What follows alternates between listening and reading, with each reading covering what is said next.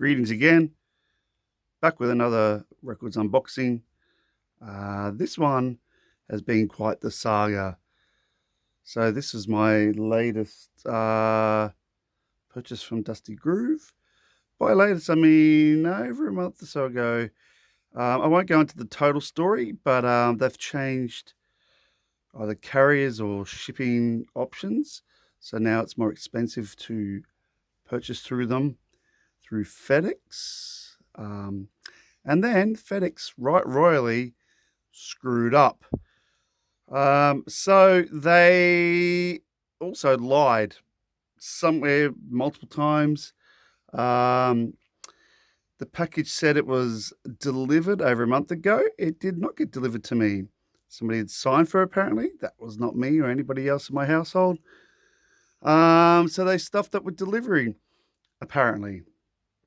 However, then they said, oh no, it hadn't even left USA, hadn't got through customs and was getting returned back to Dusty Groove. Then they said, oh no, we didn't even receive the package from Dusty Groove in the first place. They also said, no, it was a glitch in the system saying it was delivered. And then they contacted people in UK and all this crap. So there was multiple stories.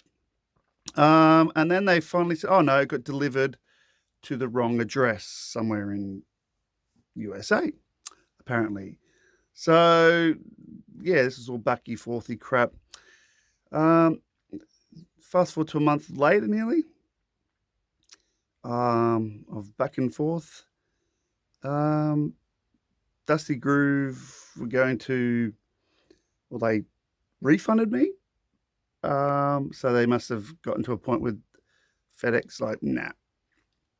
And then a couple of days later, I got an email, very quick one, just saying, oh no, your package has been received in our warehouse or something. We'll send it to you free of charge, which is great. All they said is for me to cover any extra shipping fees that might come up, like customs fees and stuff. So here we are. I have no idea what the real story is. I don't think I'm ever going to find out.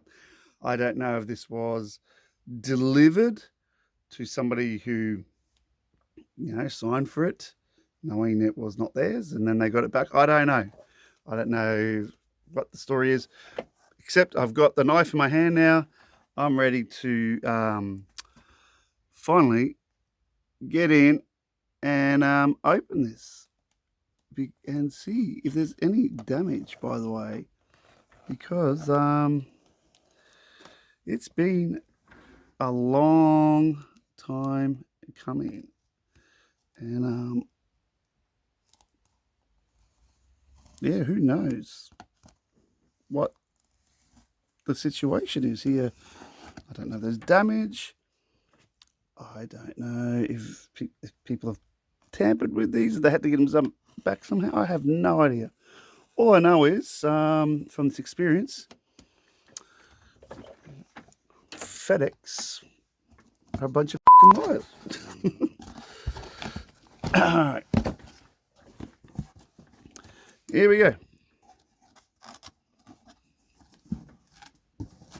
Now, this is a big haul. The reason I had to get a big haul again, postage has gone up. So the only way to justify posting from America, getting postage from America, is to bundle up so that the overall price of each item comes down and makes it viable to actually, post. All right, let's have a look. They've got some extra padding stuff here. I'm just going to pop the camera up so there's no big spoilers. Let's crack on in. All right, first up, this is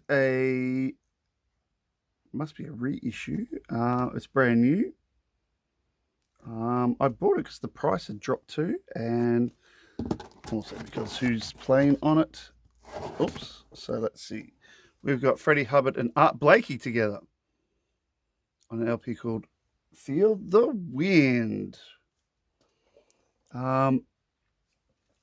So I have not heard this, but you can see it's on Tidal Waves. reissue. I think, is it going to focus? Focus. Maybe not. Going to focus. All right. But, Tideway's and light in the attic. So, that's interesting. I think it's a late 80s affair, though, to be honest. I'm not sure what the deal is. Anyway, love my Freddie Hubbard. Love my Art Blakey stuff. That'll be an interesting listen. Next, now, I do have a copy of this, but my copy has some jumps in. So, I got a new secondhand copy because it was cheap. Crusader Street Life. Yeah, because my one I think is very good minus. So it was only $5. I'm doing the upgrade thing. Love Crusaders. Street Life's great. The rest of the album deserves a good listen without skips and jumps. This is from like 79, I believe. 78 or 79. Not sure what it says on there. It says down here. Oh.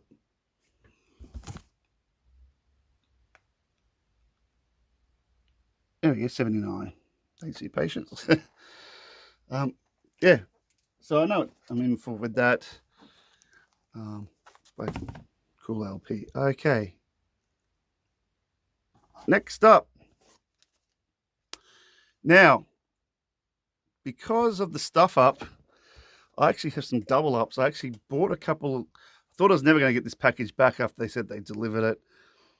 So I re-bought some records from Japan. And so there is some doubling up here if you watched the last video. Good news is, though, I got all my money back. So it's kind of like a freebie anyway. So now I've got myself a second copy of McCoy Tyner's Song for My Lady. But I did actually pay a fair bit for this one originally. New Mint minus. I'll have to see what's the better copy or better pressing. I think this is about 73, 74. I'm just going to see if it's got a date somewhere. Okay, so yeah, 73. Oh, sorry, it's really blurry today. There we go, 73. But yeah, some great players on there too. Look at that Alphonse Mouzon, Charles Tolliver, Ntumi, or how do you say his name, on some percussion. So yeah, look, hey, I'm a bit annoyed in one way. I sort of bought some again, but you know, they were free technically in the end. Okay, next one. I've been after this for a while, and I'm so glad it came back to me because I almost rebought this. This is a new reissue of Melvin Sparks 75. I think they just covered up there. Up here would have probably said that 75 up there. So it's really going to help get my 75 Melvin Spark collection up. This is one of the last ones to get. And it's a reissue on Westbound. And I don't think we need to talk about the year it was made. Alrighty, so that's going to be great. This one I was so bummed too that it went missing.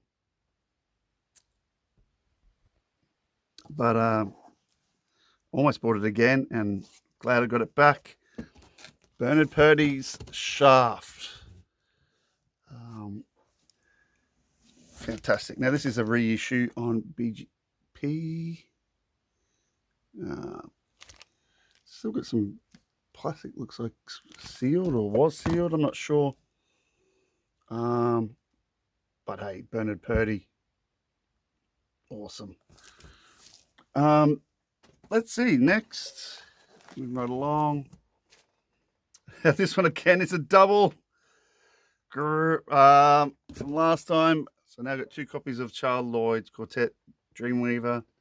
So can't get enough of Sombrero Sam. So yeah. Oh, bonus copy.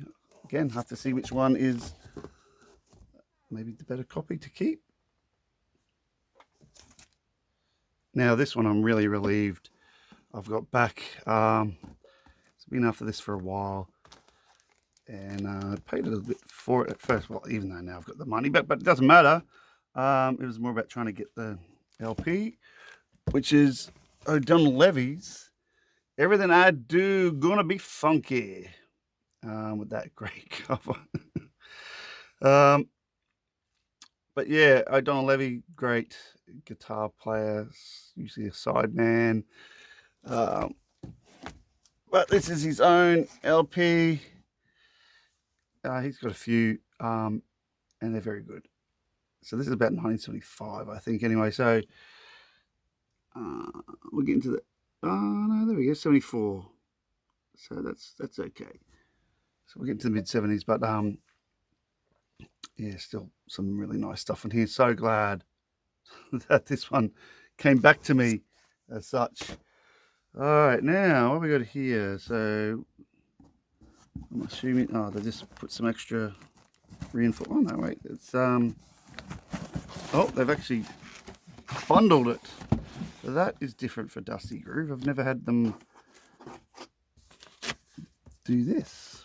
Probably because this is such a big lot. All right, I might try that. I'll see if that works. Yep, I'll take the top off. Yeah. Okay, next one. This was just because it was cheap and to beef up the CTI. I thought to give this a go because I know there's some good players on this as well. But this is a vocal CTI album with Jackie and Roy. I think they had 2 CTI LPs. Plus they are on another one as well, but it's not their whole LP. So I thought I'd give this a go. You know, we've got Hubert Laws, Joe Farrell, and look, Steve Gadd. So there's some good players on here. It's just not going to be the typical CTI, instrumental electric stuff. With Jackie and Roy, who vocal duo, put out stacks of records in the 60s. I don't know if they were late 50s as well. So they've been around for a while before they done these. So this is a little bit of a different one. But I thought I'd give it a go. Yeah, not sure what to expect on this one, but yeah, nice OG fat gatefold, thick, cool CTI artwork, and a nice price of $4 US. So that's okay. All right. Now, what is that one? Yes, we got Wayne Henderson solo LP. I think this might be after he officially sort of like left the Crusaders near the just after mid 70s. Started to do more production work. He also worked with Roy Ayers on, I think, 2 LPs, and he produced a bunch of other artist stuff. But this is his own solo one, Living on a Dream. And I'm not sure what year this is. It might be 76 or 7. Might even be later, to be honest. I can't even remember. Was it going to focus? Oh, that is really difficult to read, isn't it? I didn't pick the best stuff. So, yeah, sorry, I can't really see. Oh, look at a boy with, might be over here, is it? See, 78. There we go. Yeah, so it is late. Yeah. Anyway, Wayne Henderson. All right, back in focus. Now, this one, I was so worried. I was not getting this back. I had this in other carts afterwards, after I thought it was not coming back. Almost pulled the trigger on this in a Japanese store. But I got it. The Mighty Riders, Spread the Message. It's a reissue. I'm sure you can tell which country it's from, reissued. I did pay a little bit more for this one, but well worth it. And apparently it's a colour version anyway. Not that it really worries me, but hey, I'll take it. I think it's blue inside. It's even got a sort of obi thing there. Not that I care too much about those things. Oh, yeah, it is. Marty Road, is this about 1978, I think? Something like that. 77, 78. Not sure it says anywhere on there. Yeah, definitely late 70s. Pretty obscure stuff. Known for it's been sampled, but some nice funky stuff. And you'll know I like my more obscure funky stuff. Totally so relieved I got that back. That is so good to have. All right, next up, we have Buddy Miles Express, the Electric Church. Huh. Electric Church. This is not his first one. I think it might even be his second LP. I think it's late 70s, maybe on 70, 69, 70. What is it? It's a very good copy, so hopefully it's all right. Cool cover. I don't know, this is gatefold. Let's just, might be split. Yeah, that's why it's a bit cheaper, but hey, that's an easy fix. I probably can, yeah, fix it pretty easily. But yeah, Buddy Miles. Yeah, sometimes he's a bit hit and miss, but this is about the time he was with Hendrix. Oh yeah, there we go. This one was produced by Hendrix. So, you know, it's probably about 69, 70, maybe. I'm not sure it's going to have a date somewhere. I might have missed it. My apologies here. Yeah, but anyway, you know what I mean. Jim McCarty's good on the guitar. He was on his first album as well. I think Bill Rich was as well there on bass. So, yeah, there should be some nice stuff on here. There's always some good value with Buddy Miles. This is why I buy him. It's not always the most consistent as such, but looking forward to Electric Church. Okay, next up, we have a near mint mine. It's a very close to being minty fresh Freddie Hubbard Roland. I believe this is early 80s. So sort of return to a little bit old school. I think it's about 82 maybe. I'm trying to look for a date. Can't see a date. Oh no, there it is. Sorry, right in front of 82. Yeah. But you know, beef up the Freddie Hubbard collection even more. But near mint minus, lovely. Okay, and speaking of Freddie Hubbard, here's the third in the box. Back to Boydland. Again, near mint minus $7 US. Come on. That's pretty good. Real-time records, I'm not sure of those. So it might be more of a budgety sort of looking one. Again, this is an 80s record. I'm pretty sure. There we go. 81, so just a year before the other one. Probably, you know, a return to old school. And especially with a name like, what's it, Back to Birdland. You know, but he's always fantastic. Freddie Hubbard. Alrighty, next one up. This one was a just because to try it out. I do have one of these guys' records. They are on Westbound, but they're more a little bit disco-fied soul, and that is Fantastic Four with Night People. And you can probably expect from the term Night People, you know, 76, we're getting towards disco. But I'm sure there's enough value on here. And it is a Westbound record, which is nice. Fantastic Four. Vocal group. Oh. I'm not sure if there's any big songs on here at all. But I thought I'd give it a go.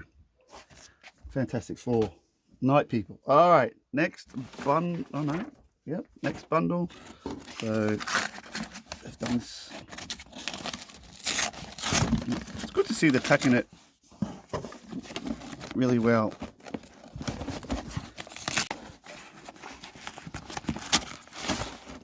Oh, that was a bit of a sneak preview. All right. Again, so relieved I've got this. I've been after this for a long time, and I kept putting it off. And unfortunately, over the years, the price of this reissue went up. So I paid more than I would have 10 years ago, obviously. But pulled the trigger, almost bought this again. You might have seen the sneak preview there, sneak peek. Shuggy Otis' Freedom Flight.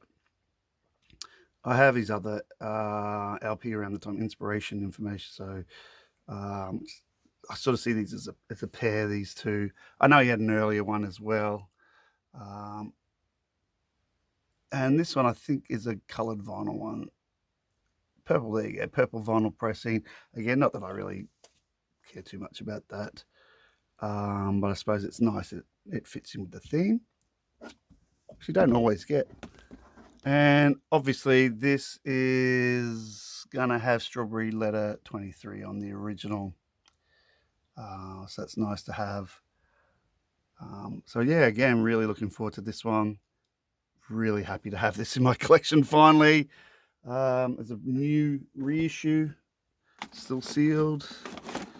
Okay, next up, this one is this one's another one that's still sealed reissue.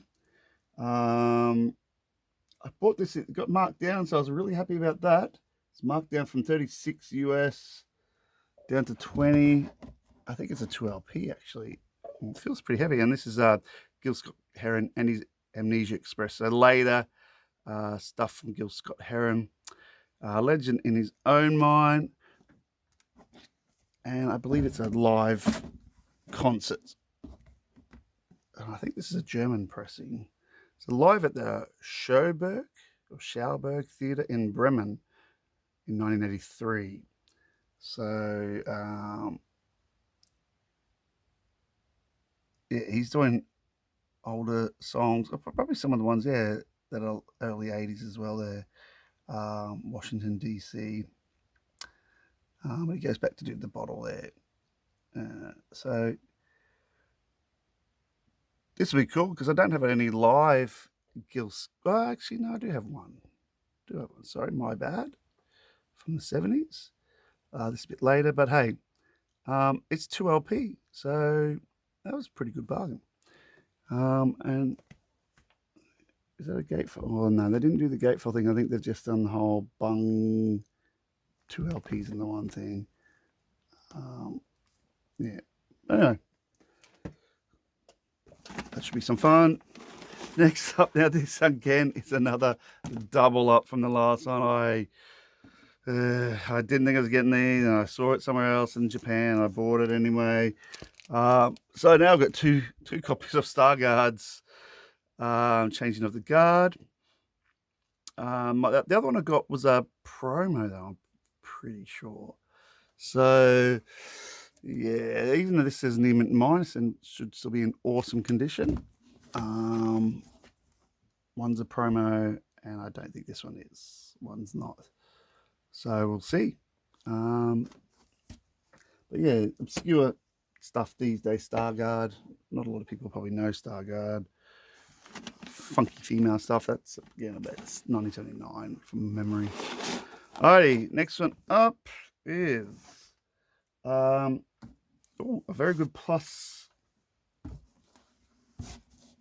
pressing issue of Johnny Guitar Watson's Funk Beyond the Call of Duty. Johnny, he's a funny bugger. Yeah, but there's some nice slinky bluesy stuff on here, funky bluesy stuff. I've only got one other Johnny Guitar Watson LP, so I thought it was about time I got another one here. And the price and condition weren't too bad, you know, very good. Plus with $10 US. Still going now on the Johnny Guitar Watson tip. This one is a near mint minus pressing of something called Watsonian Institute, and you can see Watsonian Watson. This is like a Johnny Guitar Watson thing, just slightly not under his whole name. under this moniker, Watsonian Institute, but it's Johnny Guitar Watson. And it's called Master Funk, and this has got some nice funky stuff on. Obviously, I think it's on the same label anyway. Oh, look. Didn't realize that. There we go. It's a promo. What's a promo? So that'll be interesting. I forget what year this is. I think it's like 77 or 6 or something, maybe. I'll have a look down here. Oh, 78, just a little bit after on DJM. Yep. So yeah, some more Johnny Guitar Watson technically there. All right, now this is also a double up. Now this one's probably the biggest debacle double up, but again, as I said, I ended up not having to pay for this, so it's a freebie. It's all good. I've paid for one copy. I've now got two. Both sealed. Oh, this one's still sealed. I opened the other one. They're both brand new. Return of the Funk Soul Sisters. But yeah, how good is that? 2 LP, $23 US. Then so yeah, I got it for free. Yeah. Can't complain about that. Really, it's just double ups. Now, this one might look like a double up for the last one, sort of, but not. This was more strategic. Now, Hendrix smash hits again, but this is the US version. So the last one I got was more like an English version, but it was like a Japanese press of that. With different songs. This is on Reprise. This is the US market version, different back cover. And different track list. So the other one had like 51st anniversary and a couple of other ones that was a little bit different. This one's, I think, got Remember, that wasn't on the other one. Trying to remember what else is on this one. That's not on the other one. Maybe Crosstown Traffic. Anyway, there's a couple. So I got this one because it's different than the other one. So now I've got both versions, and I've got all the songs that were not, LP songs now from the two. And again, bonus is I've now got it for free instead of $7 US. Very good plus. I think it's the latest 70s issue. This one maybe. I don't think it's the original one, but it doesn't matter. It's really a compilation. All right, and can you believe it? Box is empty after all that. Well, there you go. Another big haul there. A lot of info to take in. Thanks for sticking in there, and I'll see you next time.